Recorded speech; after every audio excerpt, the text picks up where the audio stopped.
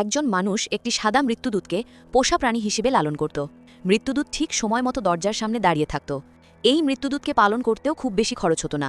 প্রতিদিন শুধু কয়েকটি টাটকা আঙুর দিলেই সে খুশি থাকত। একদিন চঙ্গ তাকে জিজ্ঞেস করল, তোমার সবচেয়ে ভালো বন্ধুকে? মৃত্যুদূতের উত্তর শুনে সে ভীষণ অবাক হয়ে গেল। নিজের মালিককে আরও ভালোভাবে রক্ষা করার জন্য মৃত্যুদূত একটি মৃত্যুর ডায়েরি বের করল। এই খাতায় তার নাম লিখে দাও, সঙ্গে সঙ্গে সে মৃত্যুর কোলে ঢলে পড়বে, তবে তোমার কোনো ক্ষতি হবে না। চঙ্গ মৃত্যুদূতকে প্রতিশ্রুতি দিল সে কখনোই এই নোটবুক ব্যবহার করবে না, কারণ এই খাতায় কারো নাম লিখে তাকে হত্যা করলে সাদা মৃত্যুদূত নিজের জীবন হারাবে। কিন্তু সুখের সময় বেশিক্ষণ স্থায়ী হল না। একদিন হঠাৎ একদল ডাকাত তাদের বাড়িতে ঢুকে পড়ল। তাদের লক্ষ্য ছিল সেই মৃত্যুর ডায়েরি দখল করা। কথা না বাড়িয়ে তারা আক্রমণ শুরু করল। চঙ্গ কিছু বুঝে ওঠার আগেই একজন ডাকাত বন্দুক তাক করে রাখল তার মাথায়, কিন্তু সে ট্রিগার চাপার সঙ্গে সঙ্গেই যে পড়ে গেল সেই ডাকাত নিজেই। আসলে মৃত্যুদূত চঙ্গকে রক্ষা করার জন্য ডায়েরিতে ডাকাতের নাম লিখে ফেলেছিল। এরপর মৃত্যুদূত ধীরে ধীরে ডায়েরিটি নিয়ে অদৃশ্য হয়ে গেল। এই দৃশ্য দেখে চঙ্গ ভেঙে পড়ে কান্নায় ভাসল।